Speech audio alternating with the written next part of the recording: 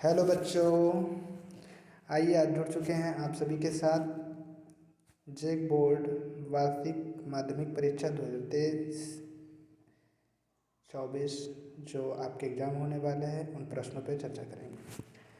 जो बहुविकल्पिक प्रश्न यानी ऑब्जेक्टिव टाइप क्वेश्चन 1.5 घंटा आपका समय दिया जाएगा। आपका रूटीन भी आ चुका है। आपका एग्ज़ाम कब है आपको पता होना चाहिए। अगर आप लोग अपना रूटीन नहीं देखे हैं तो इसी चैनल के डिस्क्रिप्शन इस वीडियो में आपका दिया हुआ है, जिससे आप अपना रूटीन को देख लें और अपना एक माइंड सेट करें कि किस तरीक़ा से आपको अपना जेक बोर्ड की तैयारी को पूर्ण करना है। पहले के समय में व्यक्तियों को 85% लाना बहुत बड़ा माना जाता था। फर्स्ट डिवीज़न लाना बहुत ही बड़ी बात मानी जाती थी। पर जब से ये ऑब्जेक्टिव टाइप और सब्जेक्टिव टाइप प्रश्न कर दिए गए हैं, तब से आप सभी को मैं बता दूं कि 85% लाने वाला व्यक्ति पढ़ने वाला व्यक्ति नहीं होता है।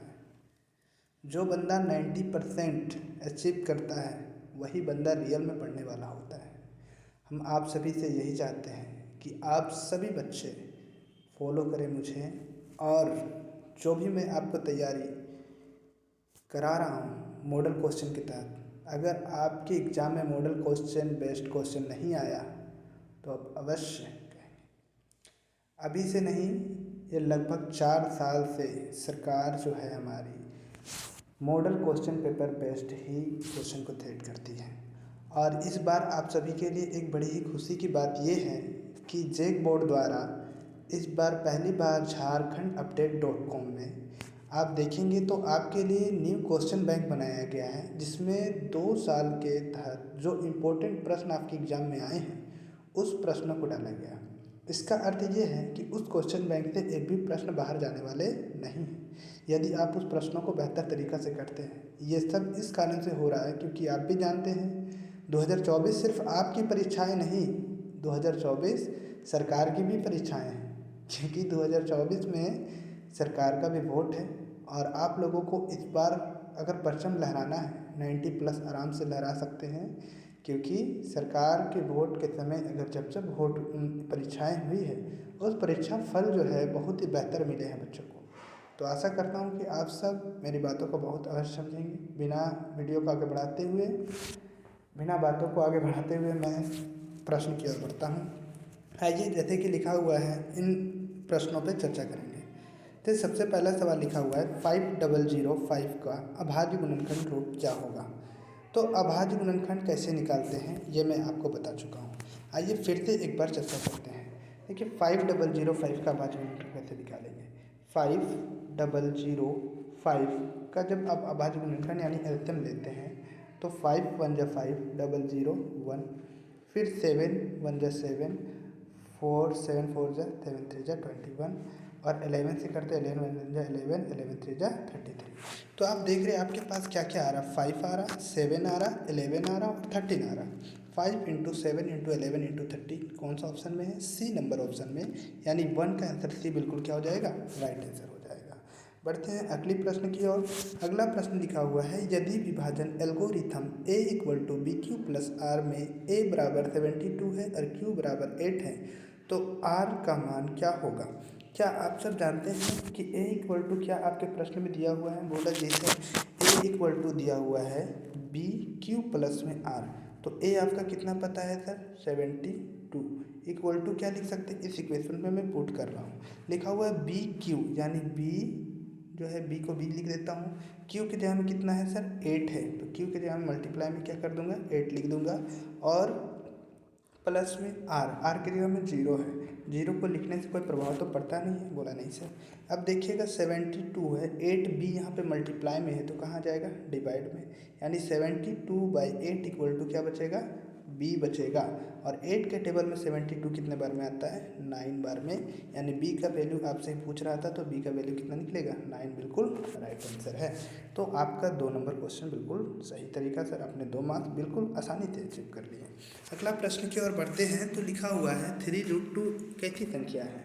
तो आपको बता दें दुनिया की हर वो संख्या जिसे हम p/q के रूप में लिख सकते हैं वो सभी संख्याएं क्या कहलाती है, वो सभी संख्याएं परिमेय संख्या कहलाती हैं।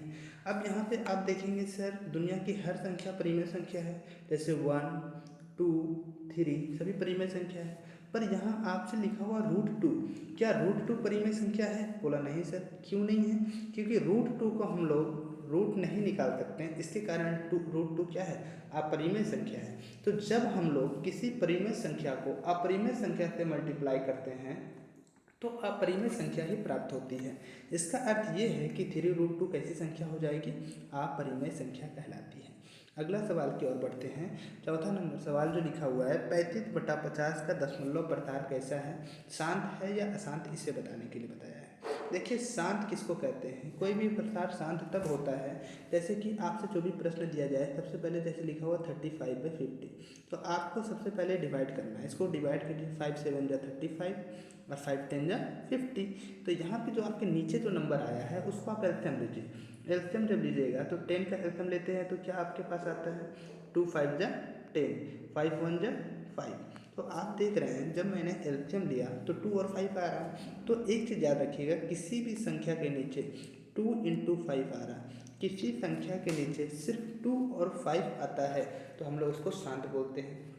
यदि सिर्फ 2 आता है फिर भी शांत होता है, यदि सिर्फ 5 आता है फिर भी शांत होता है। तो यहाँ पे आपका 2 और 5 दोनों आया है, यानी ये भी क्या होगा? शांत होगा। अगर किसी बच्चे के मन में ये सवाल चल रहा है सर अगर 2 5 के साथ अनदर नंबर आ जाए जैसे 3 आ जाता तो ये संख्या क्या होती? तब ये अशांत होता। ठीक है, तो मैंने शांत और अशांत बताया, जिसमें 2 और 5 हो उसके नीचे शांत होता है, जो सिर्फ 2 हो फिर भी शांत होता है, जो सिर्फ 5 होता है वो भी शांत होता है, पर 2 5 के अलावा अगर अनदर कोई भी नंबर आती है वो सभी अशांत होता है। बढ़ते हैं अगले प्रश्न की ओर। ये सवाल अगर आपके एग्जाम में नहीं आए तो मैं अवश्य कहता हूँ भाई कि आप जो बोलोगे मैं उसे मानने के लिए तैयार हूँ। तो ये प्रश्न जो है जो आपके एग्जाम में 110% एग्जाम में देखने को मिलेगा। सवाल है px की शून्यांक बताएं। तो शून्यांक किसे कहते हैं याद रखिएगा, जैसे ऐसे लिखा हुआ है, आपको देखना है सिर्फ x अक्ष है, यानी x एक्सिस का अर्थ होता है ये x वाली रेखा पर ध्यान देना है, y वाले रेखा यानी y कोटि कहते हैं, y को ध्यान नहीं देना है। x में ये जो रेखा है कितनी बार टच कर रही है यानी कितनी बार प्रतिच्छेद कर रही है उसे ध्यान देना है। तो x में एक बार और एक बार यहाँ 2 बार प्रतिच्छेद कर रही है, यानी इसका आंसर क्या हो जाएगा? 2 बिल्कुल राइट आंसर हो जाएगा। आगे बढ़ते हैं अगले प्रश्न की ओर। लिखा हुआ है x² - 15 का शून्यांक क्या होगा, इसे बताइए। तो x² - 15 का अर्थ है सर x² माइनस से 15 इक्वल टू किधर जाएगा, क्या होगा? माइनस में है तो इधर जा करके हो जाएगा 15। अच्छा चलिए मैं इसको और एक स्टेप ले लेता हूँ, ज़्यादा आपको आसान लगे। ठीक है, जैसे लिखा हुआ x² - 15, तो x² का x² लिखेंगे सर, माइनस से 15 इक्वल टू किधर जाएगा तो क्या बचेगा? प्लस में 15।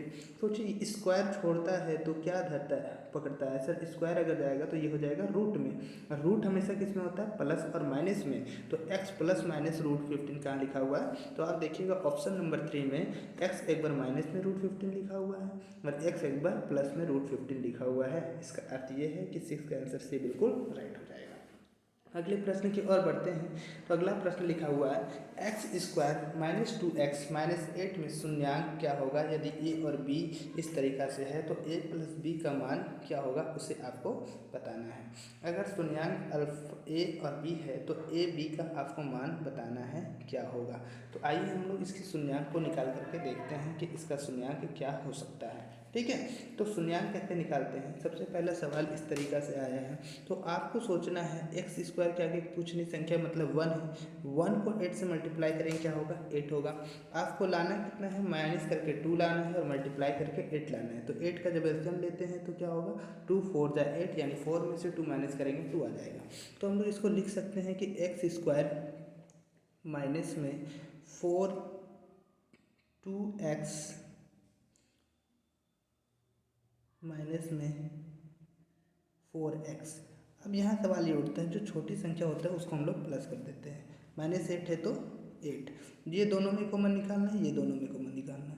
x बाहर जाएगा, क्या बचेगा? x प्लस में 2, और यहाँ पे -4 कॉमन निकाल लेता हूँ तो बचेगा x प्लस में 2। याद रखिएगा जब दोनों सेम अंदर वाला आता है ब्रैकेट तो समझिए सही बन रहा है। बाहर में क्या बच रहा है? x माइनस में 4, और अंदर में क्या बच रहा है? x प्लस में 2। अच्छा बताइए x माइनस से 4 है इक्वल टू उधर जाएगा तो क्या बचेगा? x equal to 4, x plus में 2 उधर जाके क्या बचेगा? माइनस में 2। अब आप देख रहे हैं आपसे पूछ रहा था a प्लस बी का वैल्यू क्या होगा, तो a आपका वैल्यू क्या निकल गया, 4 निकल गया, b आपका वैल्यू क्या निकल गया, -2 निकल गया। यानी 4 में से -2 अगर करते हैं तो 4 में से 2 माइनस करेंगे क्या आएगा, 2 आएगा। और 2 आपका कौन सा ऑप्शन में दिया हुआ है, तो 2 देखेंगे हम लोग 3 नंबर ऑप्शन में दिया हुआ है। यानी 7 का आंसर क्या हो जाएगा, 7 का आंसर 3 बिल्कुल राइट आंसर है।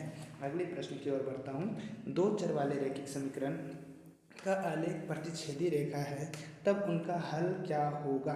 तो देखिए प्रतिच्छेदी रेखा, मैंने 3 तरीक़ा की रेखाओं के बारे में बताया है कि एक होता है सर A1 बाय में A2 equal to B1 bye में B2 equal to C1 bye में C2, और एक होता है A1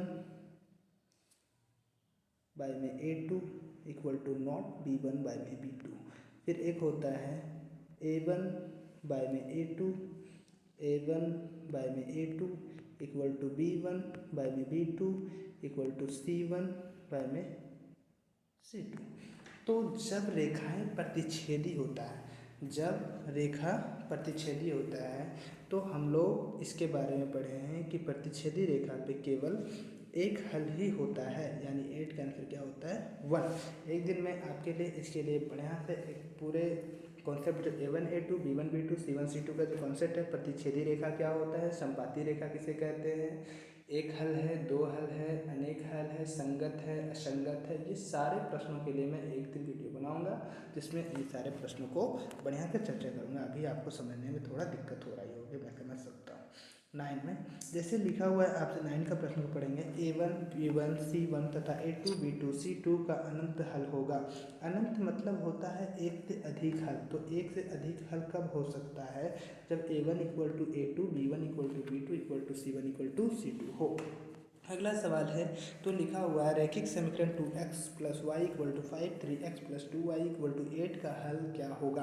तो ऐसे प्रश्नों में आपको x और y का वैल्यू रख के चेक कर सकते हैं कि क्या आपका कौन सा आंसर सही है।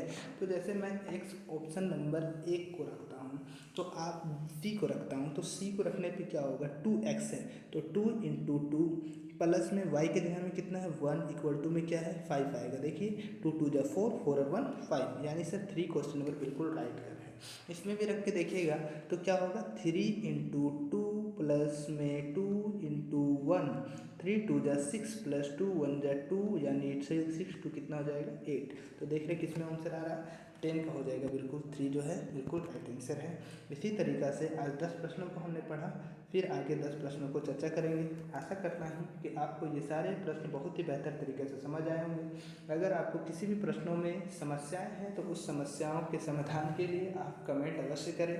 मैं आपके लिए फिर से दोबारा एक वीडियो अवश्य लेकर के आऊँगा जिसमें परस्पर संपाती रेखा प्रतिच्छेदी रेखा होते हैं। इससे आपके एग्जाम में 3 प्रश्न आपको देखने को अवश्य मिलेंगे। फिर मिलते हैं अगले वीडियो में, तब तक के लिए धन्यवाद। अपने तैयारी को और बेहतर करें।